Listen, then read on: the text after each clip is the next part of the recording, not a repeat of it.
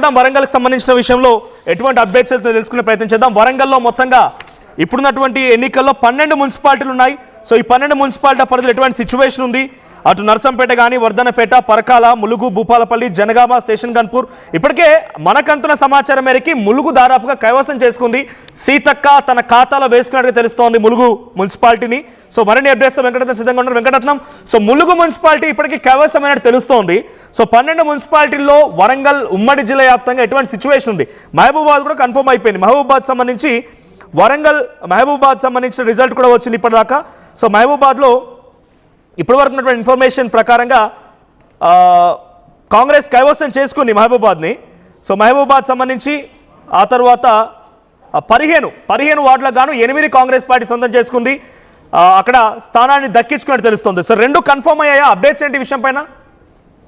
మనోజ్, ఇక్కడ ముందుగా ఆర్టీవీ చెప్పినట్టేనే దాదాపు ఇక్కడ కొన్ని ప్రాంతాలు ఏవైతే మన సెలెక్టెడ్ ప్రాంతాలు ఉన్నాయో అవన్నీ కూడా ఆర్టీవీ సర్వే ప్రకారం నిజం కాబోతున్నాయి. ప్రస్తుతానికైతే మహబూబాబాద్ జిల్లాకు చూసినట్టయితే ఇక్కడ మరిపేడ, డోర్నకల్ 2 మాత్రం కాంగ్రెస్ కైవసం చేసుకుని ముందంజలో ఉన్నట్టుగానే కనిపిస్తుంది. అలాగే మహబూబాబాద్ కూడా ఇక్కడ కాంగ్రెస్ పార్టీ కూడా గట్టి పోటీ ఇస్తున్నప్పటికీ, బీఆర్ఎస్ పోటీ ఇస్తున్నప్పటికీ కూడా కాంగ్రెస్ కూడా ముందంజలో కనిపిస్తుంది. ఇక్కడ మహబూబాబాద్ జిల్లాలో ఉన్నటువంటి 5 మున్సిపాలిటీలు అంటే మహబూబాబాద్, డోర్నకల్, మరిపేడ, తొర్రూరు, అలాగే కే సముద్రం ఇవి కూడా కాంగ్రెస్ పార్టీ ముందంజలో ఉన్నట్టుగా మనకు స్పష్టంగా తెలుస్తుంది. ఇక్కడ జనగామ జిల్లా ముందు చెప్పినట్టుగానే జనగామలో మాత్రం ఇక్కడ బీఆర్ఎస్ పార్టీ తన హవా కొనసాగిస్తుంది. ఇప్పటికే 4 బీఆర్ఎస్ వార్డు కౌన్సిల్ మెంబర్లు కూడా గెలిచినట్టుగా మనకు తెలుస్తుంది.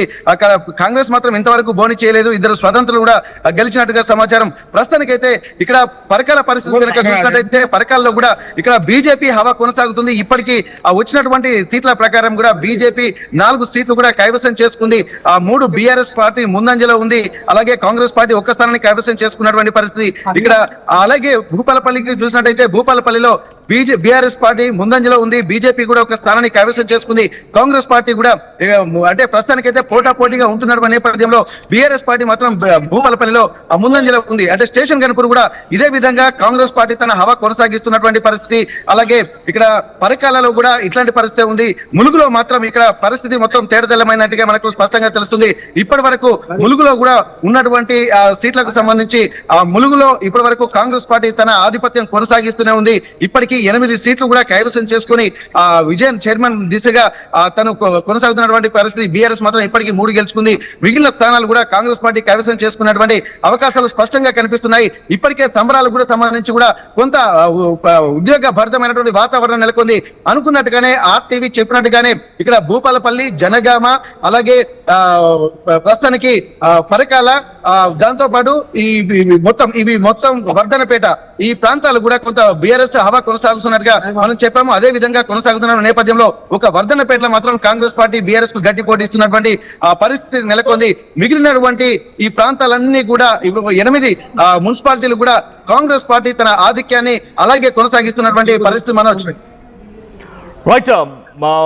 వరంగల్కి సంబంధించిన డోర్నకల్ కన్ఫర్మ్ అయిపోయింది. ములుగు కూడా కన్ఫర్మ్ అయినట్టేనా? ములుగు ఆ తర్వాత పక్కన మరికొన్ని మున్సిపాలిటీలకు సంబంధించి నర్సంపేట అధికార కాంగ్రెస్ పార్టీ అక్కడ ఎమ్మెల్యేగా ఉన్నారు. తర్వాత స్టేషన్ గన్పూర్ పరిస్థితి ఏంటి? జనగామ స్టేషన్ గన్పూర్ పరిధిలో బ్యాలెట్ ఓటింగ్లో కొంత కాంగ్రెస్కి వ్యతిరేకంగా కనిపించింది. సో రిజల్ట్స్ ఎలా ఉన్నాయి జనగామ మరియు స్టేషన్ గన్పూర్కి సంబంధించి? ఆ తర్వాత తొర్రూరు కూడా ఇక్కడ మనం స్టేషన్ గన్పూర్ కొంత ఆసక్తికరంగానే మారింది. ఇప్పుడు మొత్తం ఇక్కడ 5 పోస్టల్ బ్యాలెట్ లో పోల్ అవుతే పోస్టల్ బ్యాలెట్ లో ఒక్కటి కూడా అధికార కాంగ్రెస్ పార్టీకి రాకపోవడాన్ని మనం గమనించాల్సి ఉంటుంది. ఇక్కడ బీఆర్ఎస్ 2 గెలుచుకుంది. స్వతంత్రులు మాత్రం 3 పోస్టల్ బ్యాలెట్ గెలుచుకున్నారు. అధికార కాంగ్రెస్ పార్టీకి 1 పోస్టల్ బ్యాలెట్ రాకపోవడాన్ని కూడా స్టేషన్ గన్పూర్ లో మనం గమనించే అవసరం ఉంటుంది.